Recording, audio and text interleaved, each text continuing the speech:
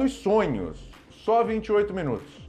Mas já fez um gol, já fez 2 finalizações, uma certa do gol, 92% é de aproveitamento nos passes, né, nos passes certos, e 4 duelos vencidos.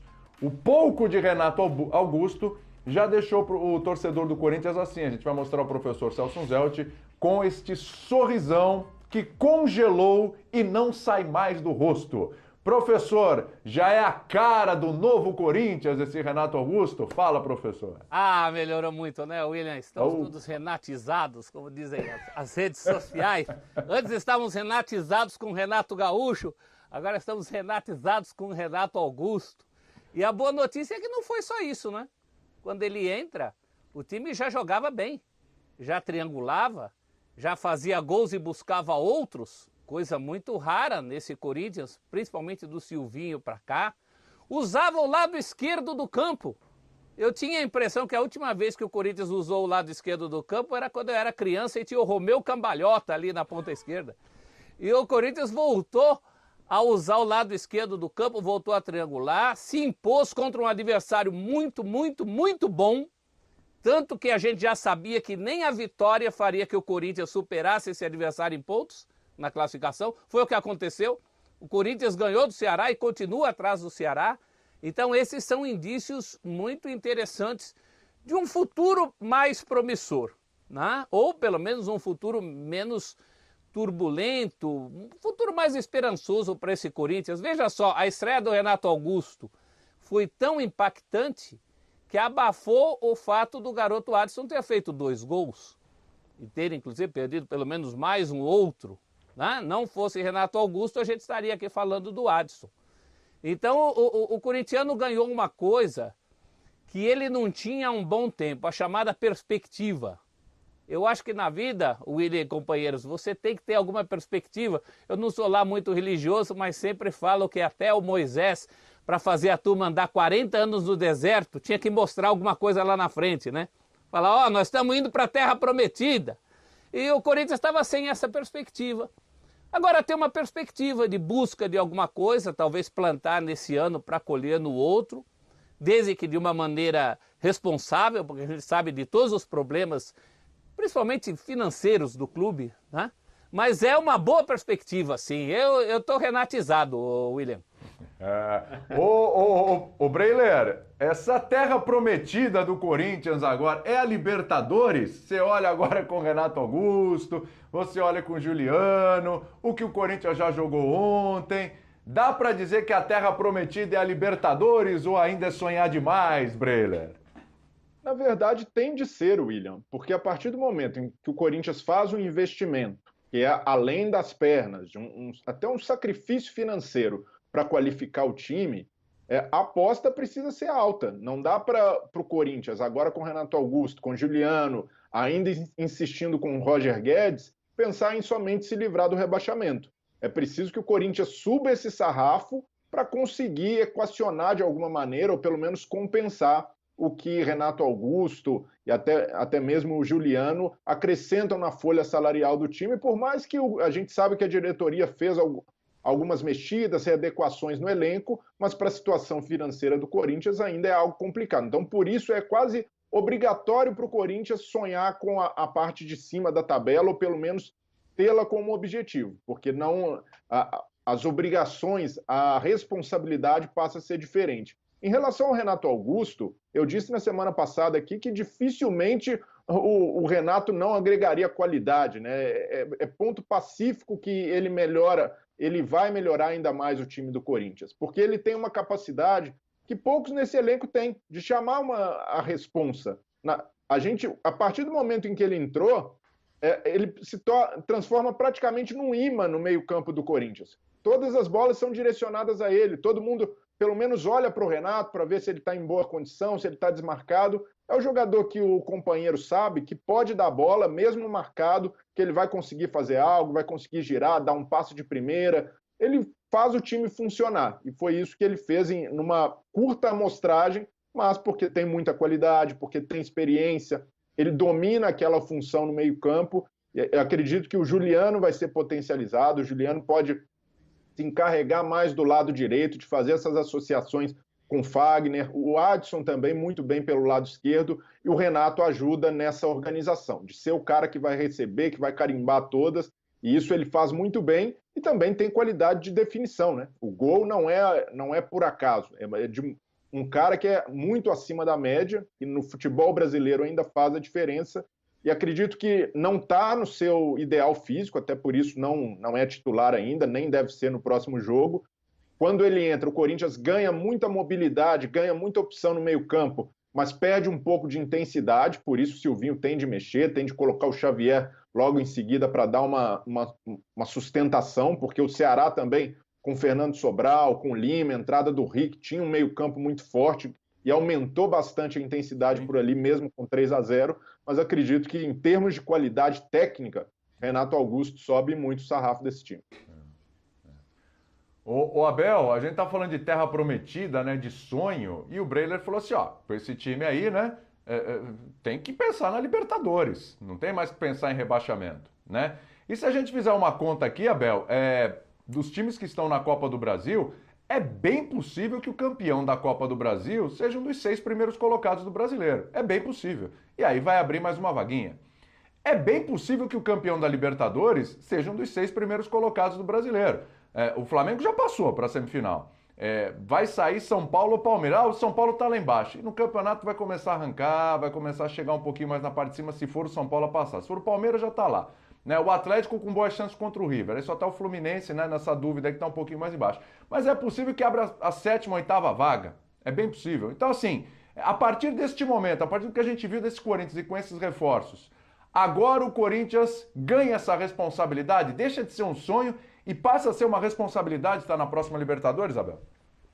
Não, com certeza. Com a chegada desses 2 jogadores, Juliano e Renato Augusto, e tomara que eles tenham sequência, que não sofram com lesões, o time do Corinthians melhora demais. É óbvio que chama a atenção o que o Renato Augusto fez ontem, de entrar aos 17 minutos e aos 22 do segundo tempo, já fazer um gol, e fazer um gol com aquela tranquilidade, com aquela calma e com aquela qualidade técnica. Eu, e acho que todos já esperávamos esse futebol do Renato Augusto que a gente conhece. A gente só não esperava que fosse tão rapidamente assim, né? Fosse logo na primeira vez, na primeira entrada, ainda longe do auge físico dele, com 5 minutos já fazer o que ele fez. Então isso surpreende. Mas o que me surpreendeu mais foi a atuação do Corinthians antes do Renato Augusto entrar no primeiro tempo. Porque o Corinthians que a gente vinha observando durante toda a temporada, em vários jogos foi um Corinthians que não apresentava nada, que você assistia e falava, nossa, não acontece nada, não cria uma chance de gol, não faz nada contra quase adversário nenhum. E o primeiro tempo do Corinthians ontem foi de longe o primeiro tempo do Corinthians na temporada, controlou o jogo com tranquilidade, criou oportunidades, fez 2 gols com o Adson. O próprio Adson teve a chance de fazer um terceiro numa jogada com o Fagner, em que ele dribla o goleiro e chuta na rede pelo lado de fora, mas se você for ver o segundo gol dele, tem ali o cruzamento muito legal do Fábio Santos, a movimentação do garoto interessante, a cabeçada. No primeiro gol começa com um arremesso lateral, tem a participação do Jô, do Rony, movimentação dentro da área. Então foi muito legal, independente, é óbvio que por torcedor do Corinthians, uma alegria imensa de ver o Corinthians jogando, mas para quem gosta de futebol e assistia aos jogos do Corinthians e falava, nossa, é muito chato, ontem você viu alguma coisa. Ninguém está aqui dizendo, eu não estou dizendo, o Corinthians é favorito ao título, tá jogando que nem o Flamengo. Não, não é isso, calma. Mas perto do que o Corinthians estava apresentando, acho que já foi um futebol bem melhor. Um futebol bem melhor que já dá um pouco de esperança para o torcedor corintiano. A gente está falando aqui de possibilidade de Libertadores, vamos dar uma olhada na tabela aí? É aquele momento que a gente dá uma olhada, vê aí como é que tá, posicionamento do Corinthians, vendo se é possível ou não. Vamos lá. Atenção. A situação aí é a seguinte, ó. O primeiro do ali no último do G6, né, na realidade, é o Atlético Paranaense, tem 23 pontos. Vamos contar G6, tá bom? Eu acho que vai ser G7, talvez G8, hein? Possibilidade não é pequena, não. Mas contando o G6, o Atlético tem 23 pontos, o Corinthians hoje tem 21, ele tem um jogo a mais. Hoje são 2 pontos do G6. Se o Atlético Paranaense vencer este jogo que está devendo, 26, 5 pontos do G6. E 5 pontos do G6, convenhamos, com ainda o Corinthians para fazer os 19 jogos do segundo turno e 3 desse turno, ou seja, 22 jogos, não é nada difícil. Vamos olhar quem está na frente. O Santos, que me parece que o Corinthians agora se reforçando, o Santos no papel fica para trás, né? O Internacional está dando o ar da graça. 2 jogos aí, 2 goleadas, né? 8 gols em 2 jogos na dupla Fla-Flu. Vamos ver. Ceará é ali meio de tabela, já esteve melhor no campeonato. O Atlético Goianiense vai fazendo um campeonato ok. Quer dizer, o Corinthians olha para a tabela com seus reforços, professor, e ele não vê nenhum adversário e fala, não, isso aqui não dá para pegar não. O Flamengo está ali por acaso, esse Flamengo vai subir, né? E aí a gente vai ter o Bragantino, vai ter o Fortaleza ali e tal. Corinthians olha aí essa sequência, professor, e não vê nenhum bicho-papão não, hein? Talvez o bicho-papão seja o Corinthians, hein? Com tendência de crescimento, professor. A condição é essa, William, de brigar para ser 7º. Porque olhando essa tabela de um outro jeito, tem 6 times aí que não podem estar atrás do Corinthians de jeito nenhum. Entre o Atlético Mineiro e o Atlético Paranaense, todos fazem campeonato melhor que o do Corinthians. Isso é ponto pacífico. Então a primeira coisa é melhorar a qualidade do jogo. Pelo menos manter o que vem mostrando nas últimas partidas. Eu acho que contra o Santos fez uma partida aceitável também. Merecia vencer, professor. Se tivesse que ter um vencedor, seria o Corinthians. Talvez, né? Talvez se tivesse um vencedor seria o Corinthians. Lá vai por pontos. Então já tem uma certa evolução. Tem que manter e progredir. Porque nós estamos no fim do turno e o Corinthians não teve nenhuma grande vitória. As 2 vitórias em casa são contra Sport e Ceará, que são as vitórias acessíveis. E muitas vitórias acessíveis em tese nem vieram, como contra o Atlético Goianiense, por exemplo. Red Bull Bragantino nem vou colocar, que eu acho que hoje o Red Bull tem mais possibilidade até técnica que o Corinthians. Então você pegar o turno inteiro, qual foi o grande ponto que o Corinthians arrancou de alguém? Contra o Palmeiras. Aquele era um turno sem esses caras, né, professor? É o que você falou de perspectiva. Era um turno que você não tinha Juliano, você não tinha Renato Augusto. Agora você tem, né? Não, isso melhora. Mas eu acho que não vamos colocar o carro adiante dos bois, né? Vamos primeiro ter boas atuações, primeiro ter boa sequência para justificar essa expectativa. Eu concordo que a cobrança tem que ser essa. Afinal, não tendo dinheiro, fazendo investimento, não pode estar fazendo isso só para fugir da zona do rebaixamento, né? Mas eu acho que cada coisa a seu tempo. Isso é mais um objetivo do que propriamente uma cobrança. Se o Corinthians não chegar eventualmente a uma Libertadores, também não vai cair o mundo, né? Porque a gente tem um campeonato aí com meia dúzia de times seguramente melhores que o do Corinthians. Eu não sei se o Fortaleza vai virar o fio no segundo turno, mas nesse momento é um campeonato muitíssimo mais consistente. Até o do Ceará é mais consistente. Então a briga do Corinthians é com essa turma que você falou aí, Santos, Inter, e a briga com o Inter não é tão fácil assim não. O Inter, eu acho que até se o Inter tiver uma retomada, ele é um grande rival do Corinthians nesse sentido. Eventualmente o Fluminense, que agora está lá embaixo, por questão de pontuação, mas pelo campeonato que vem fazendo também é desse bolo do Corinthians aí. A briga é essa, para 7º, né? Dali não vai passar, não. É muito difícil. Porque você precisa apear alguém. Quem é que você vai apear desse grupo aí? Eu sempre penso naquela história do combinou com os russos, né? Que o Garrincha falava, combinou com os russos, o senhor está mandando eu fazer tudo isso, combinou com eles. Alguém tem que cair de produção nesse campeonato aí.